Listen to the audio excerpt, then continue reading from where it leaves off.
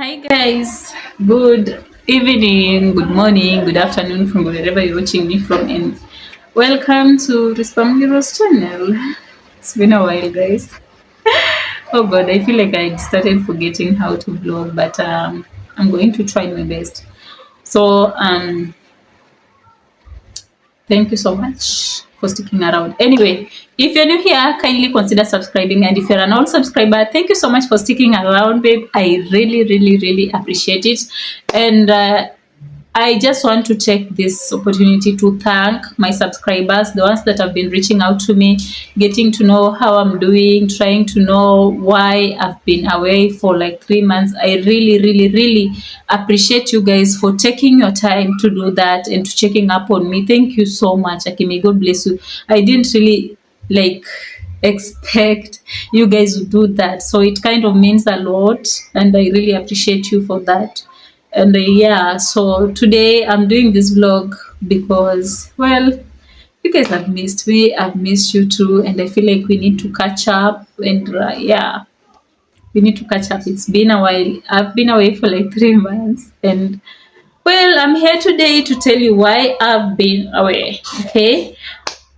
Well, first of all, we've made a lot of progress in the house, but I'm going to share the progress of the house after this video, because I feel like I need to let you know, guys, know why I've not been vlogging for some time. I feel like, yeah, I need to tell you guys, because you've been looking for me, so I owe you an explanation. Oh my god, I owe you an explanation. Well, guys, okay, let's get quite serious. You guys remember there's a video I did back a while back telling you guys I wasn't okay, and I was asking you guys to pray for me because depression was kind of taking over. Well, it did. It took over. Yeah. I haven't been doing okay for a very long time. Like, I wouldn't say ever since we moved. Let's just say before we even moved, ever since I had my baby, my son, I haven't been okay. Okay. Like, change, people take change differently, and for me, I didn't take change positively. It kind of, I took it negatively at some point, and it kind of took a toll on me. So I'm just going to tell you, like, I had a very traumatizing birth, delivery, a very traumatizing delivery when I was giving birth to my son.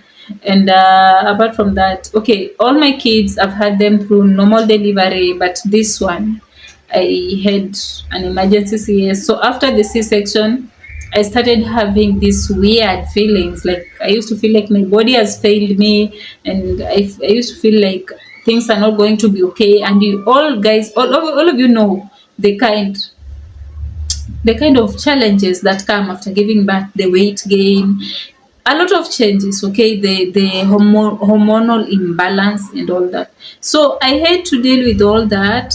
I'm someone who was very small, flat tummy, vitu kama hizo, you see. But when you give birth to VSCS, you kind of get a mummy pouch. Okay, not everybody's experience is kind of different, but for me, the mummy pouch, and then I added a lot of weight a while back. It just didn't sit well with me. Okay, it sent me into depression. I didn't like myself. I totally hated myself. And at some point, I used to even blame my son for it. I used to look at him and I'm like, you're the reason why I added so much weight. You're the reason why I did this. Why couldn't you just come like others?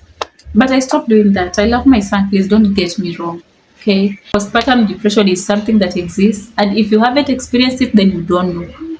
It is something you didn't want to experience. So I've had postpartum depression. As much as it wasn't that severe, but it was there. Just that people around me didn't really recognize it, or they didn't understand what I was going through. So I had to bear a lot of things on my own, and it was kind of taking a toll on me. And before I even adjusted and accepted myself and everything, we had to move to the village. So I was dealing with accepting myself, my weight gain. Okay, I didn't get stretch marks, but the mummy pouch, right now I don't have it. I'm just going to stand up and show you. You can still see a little bit over here, but it used to be worse. Okay, it used to be worse.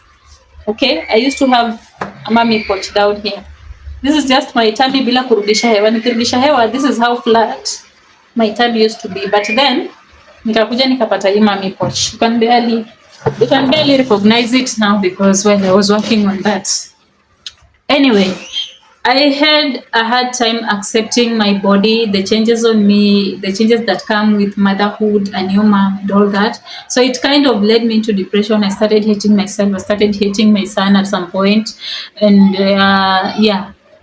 So when we were in Nairobi, I was still adapting and adjusting to the new me. The weight, I was really big, guys. I'm going to share a photo so that you can be able to see. So the postpartum depression was still there and it hadn't healed. And then my hubby told me you have to move in the village. And of course, I had a hard time accepting moving to the village because people there are myths out there about how people perceive life in the village. People think it is bad and all that. So for me, I was battling like in between. I'm like, if I go to the village, nitaparara, hakutakuwa na job, hakutakuwa na nini. And you guys, you need to remember when you have a kid and then you have to take care of everybody else. When you're a mom, sometimes you tend to forget about yourself. So I forgot about myself totally. Nilikuwa nimejiachilia. I look at myself in the mirror and I don't recognize me. Okay, I was like, who is this woman staring at me? She's not me at all. So I was having a hard time accepting me. I was having a hard time loving me, loving myself. And whenever I went out on the road, I felt like everybody was staring at me and people were judging me. Oh, she's fat. And then friends and family, you guys are the worst. You're not helping. Okay, someone has just given birth. She's still struggling to love herself. And there you are. Hey, excuse me, umenona. Like, what the hell? Excuse umenona, umeadd weight. Don't tell a new mom umenona. Come on. To some, they will smile, yes, but deep down, you are adding salt into the wound. Okay? So dealing with CS, the pain, the comments, the whatever, it kind of took a toll on me. I would reach a point, I would just start breaking down. I look at myself and I start crying. I'm like, no, this is not me. I can't lose me like this. I have to do something. And guys, I did a lot. I did a lot of things to try and lose weight.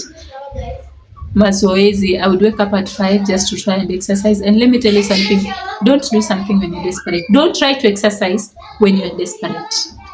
Because when you exercise when you're desperate, you have expectations and you expect a very fast progress, something like that. How do I put it? Unexpect matarajio ya haraka.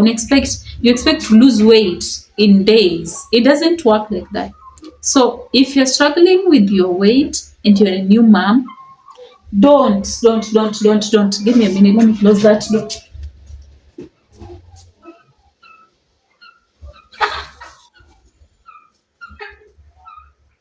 Give me a minute. Let me close the door. All right, I'm back. Now, where was I? If you're expecting to lose weight, don't do it when you're desperate. Excuse me. When you do it when you're desperate, you get expectations, and when you have expectations, you have disappointments. Okay. Anyway, that is story for another day. So I was doing a lot of things to try and get my body back. I was trying to exercise. I was drinking all sorts of concoction.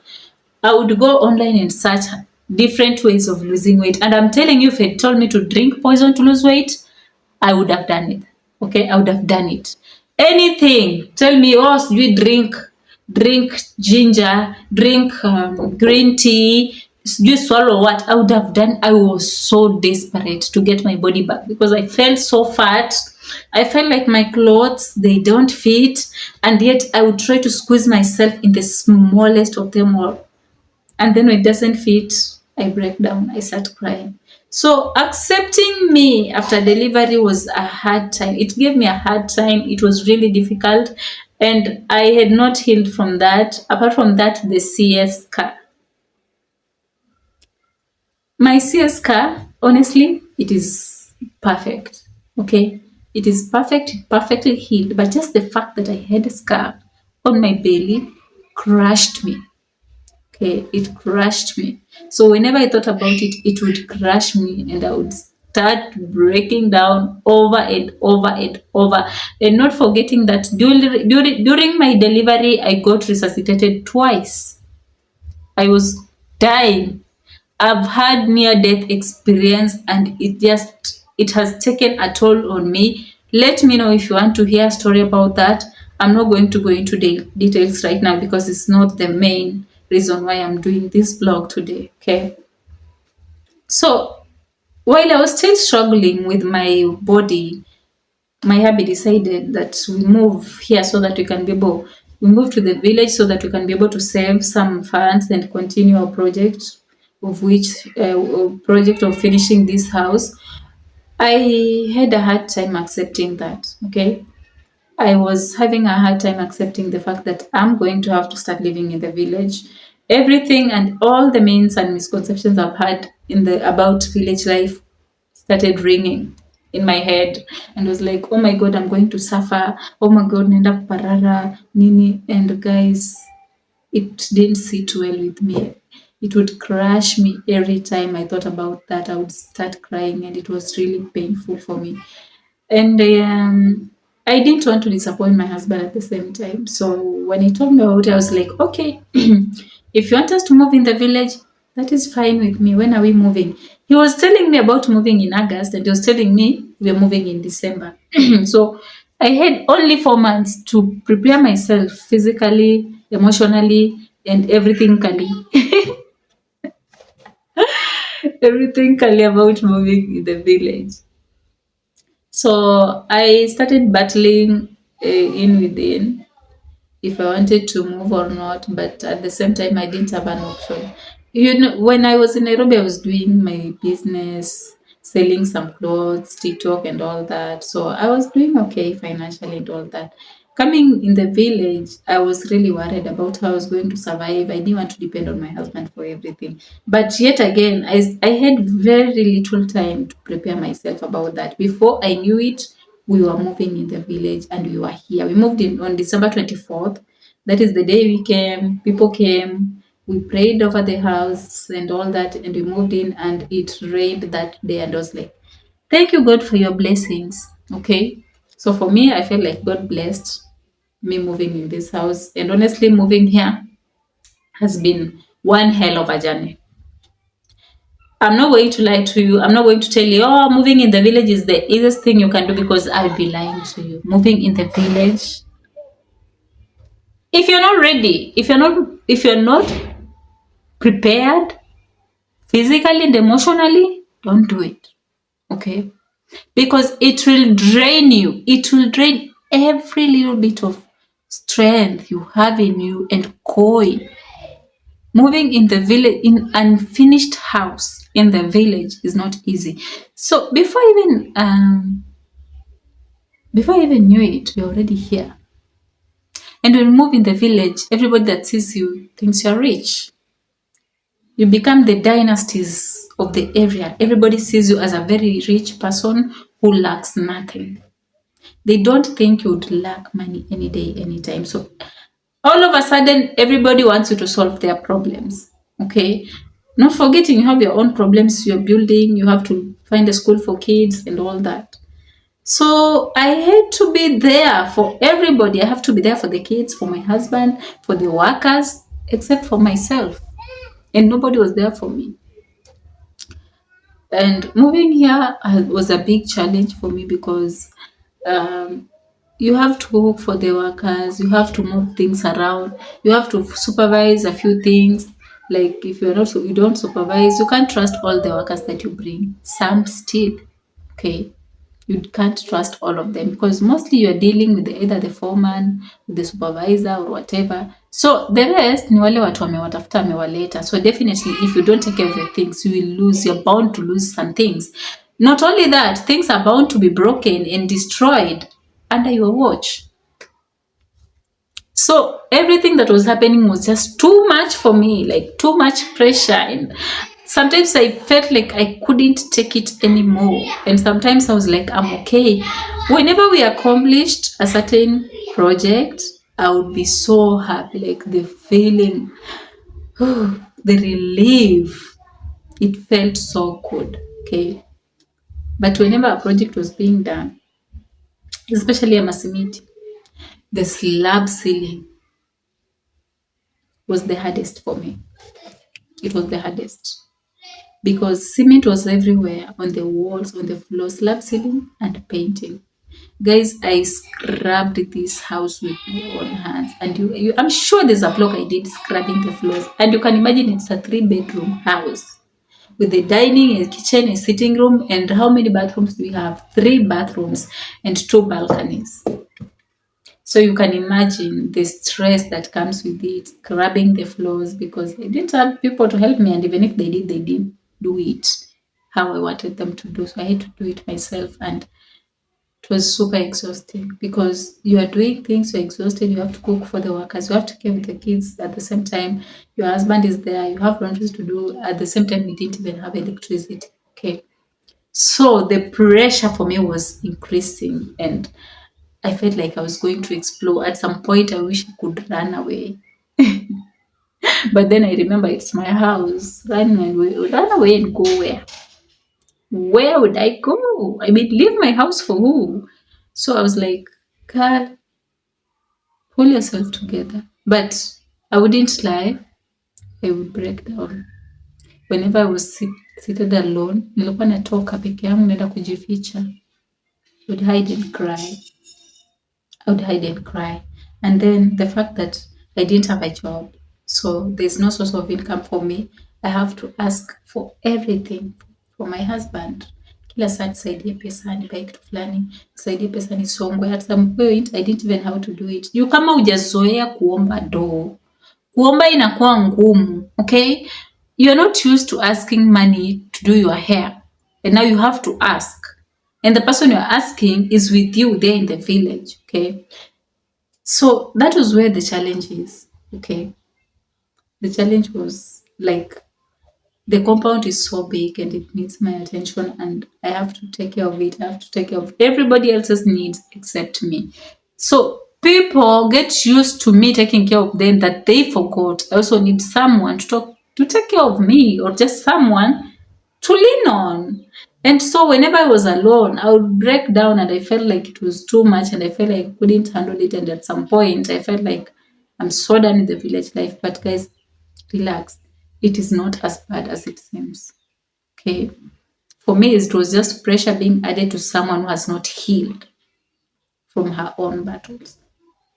So any small comment that anybody would make about my body, it would stick in my head, and it would make me so uncomfortable. I would cry about it. Everywhere I go, I would cry about it. And the only person I could talk to mostly about whatever was happening to me was my sister. And thank you so much, Lydia, if you're watching this vlog. I really appreciate the fact that you are there for me, and you've been there for me, praying for me, holding my hand. I really appreciate you for that, and may God bless you so much. Guys, kindly subscribe to her channel. Her name is Lydia Mhanji with the heart emoji. Okay, so yeah, things here, they were kind of tough on me. Okay, considering that this is a strange land for me, like I've come in a strange land, meeting strange people, and those people, when they see me, they don't see me as an equal. They see me as either someone who is higher up there or someone who is down there. Nobody really could understand me. Nobody got me. Nobody really understood my feelings or what I was going through. I had no one except myself and my God. And let me tell you something. When you move in the village, people see you as someone who has money, especially if the year you came from Nairobi. Wewe ni sonko. You are very rich. You have money and you never lack. So all of a sudden, someone is at your gate asking you for money to buy maize, for money to buy what. But let me tell you something. You can never feed everybody. You can never be able to take care of everyone. You can help the ones you can. Okay, the ones that you can't, you let God take control. that is it. Because at the end of the day, you're a human being and you also have your own needs, okay? So I try to help the ones that I can until I came to realize that they were taking advantage of me. Mtu anakuja, someone comes and tells you, oh, my kid is sick. If you have some money, please assist me. I want to go and buy medicine. You take money, you give that guy to go and buy medicine, only for him to go and use the money to get drunk.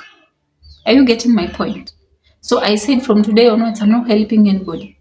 If you want money, go work for it. I don't have money to give in the first place. Me, myself, I need a job. So people in the village will take advantage of you. They'll sit on you. Watakufanyia venye wanataka, and if you refuse to help, they gossip. Okay? They drag your name in the mud. And that is a fact. I'm not going to lie. So here is my advice for anybody who is planning to move in the village.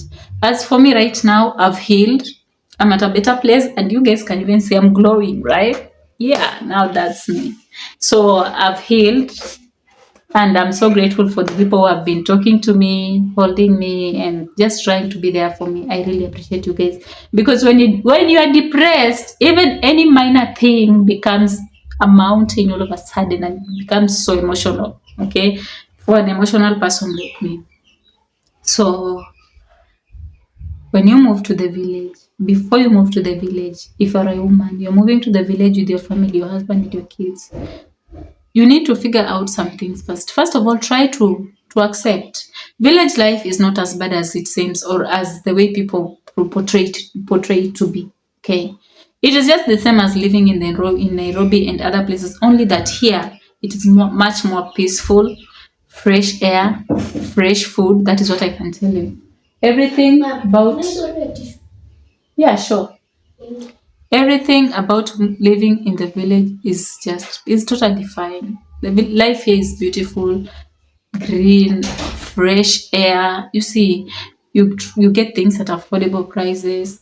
So life in the village is not as bad as it seems. But before you move in the village, you need to get some things figured out or sorted out before you move, because if you don't, then you will find life in the village very difficult.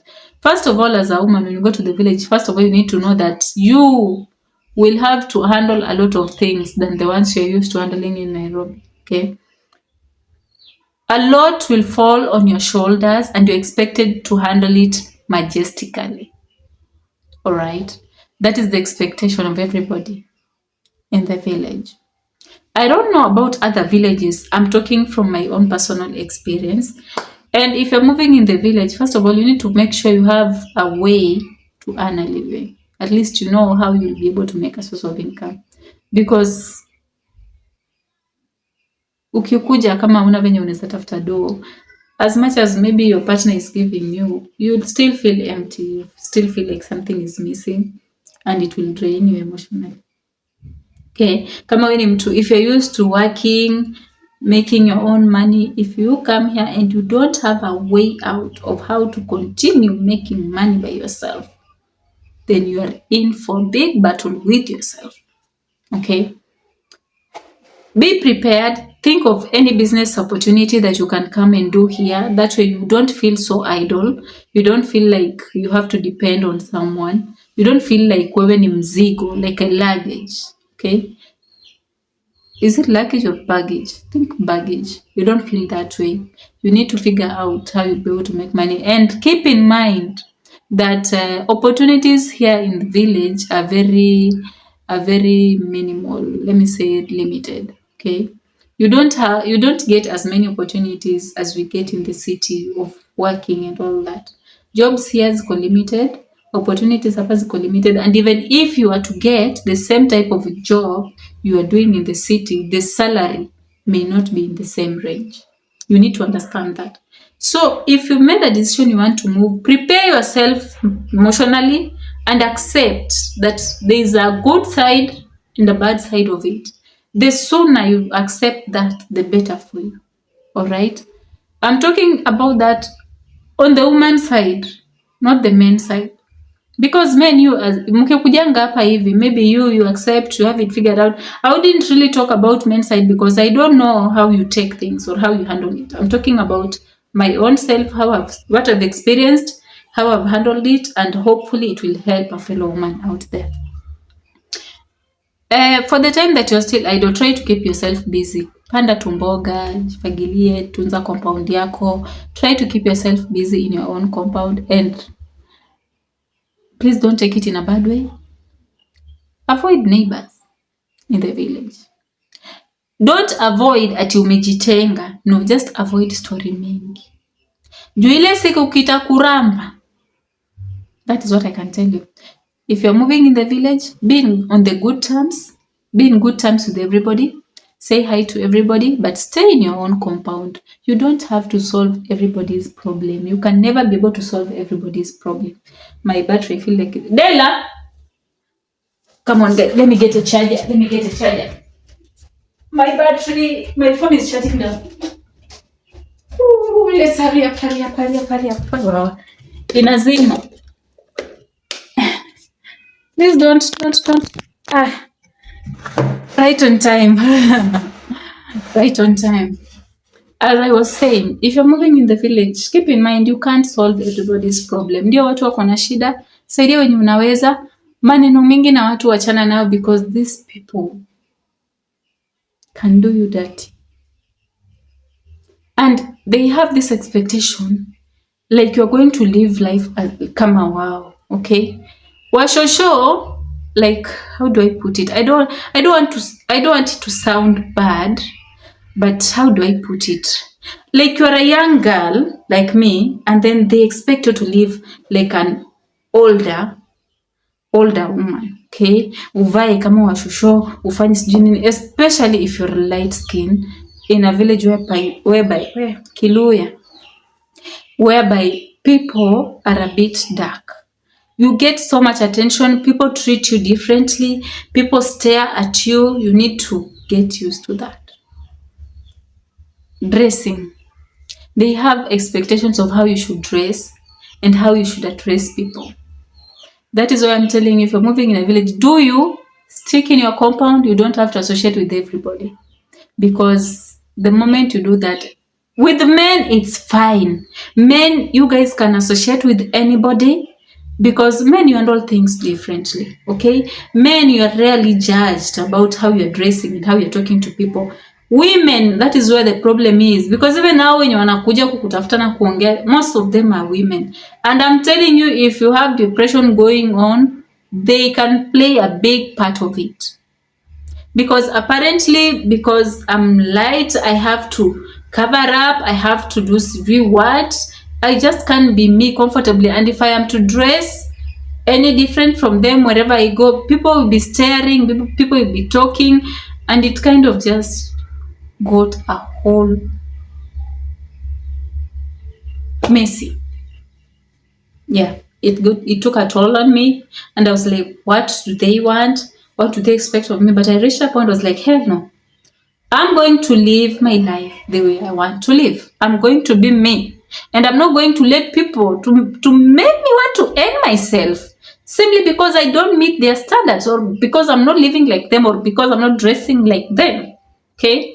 So these are just some of the challenges that I've been facing in the village, but I've learned to stick in my own home and mind my own business.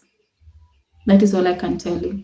I haven't really argued with everybody, but they just have a way of talking, and then it gets into your skin, and when it does, it gets in your head, and then it sticks there. So I took a break from a lot of things. I took a break from people. I took a break from my social media. I started a small business of selling clothes, and I've been doing great, and I'm so happy at this place where I am right now. I'm so happy with my mental state right now, because honestly, I wasn't doing well, and I was getting these thoughts in my head that were not really good, because I couldn't stand it. I was like, how do people want me to be? How do they want me to live? What should I do? And making the matter worse, you have minimum support. Minimum support, because my husband was doing his own things, focusing on his work and focusing on building the house. He didn't really notice my mental state and how things were just deteriorating for me. But I've healed, and I can say I'm in a better place right now. And thank you so much for checking up on me, guys. Kindly remember to subscribe, like, share, leave a comment down below. I'm going to be doing progress next vlog, progress of the house. I'm finally back after a 3-month break. Please leave a comment down below. Just say a word to encourage the sister, because it's not easy. But if you're planning to move ushago, please usiogope. Mimi nisikushtue. Everybody has different experience, and remember, places hazifanani, okay? But if 1 or 2 things that can help you from this vlog, take it. Take it and avoid making the same mistakes that I've made. Okay, if you need me to do another sit down, if you have any questions, I'll do a Q&A at some point. Leave the question, I'll answer them. As for construction, we are still doing it. I'm going to be updating you guys on the progress of the house in the next vlog. Okay, thank you so much for sticking around until this point. Thank you so much for watching, and I'm going to see you in my next vlog. Bye.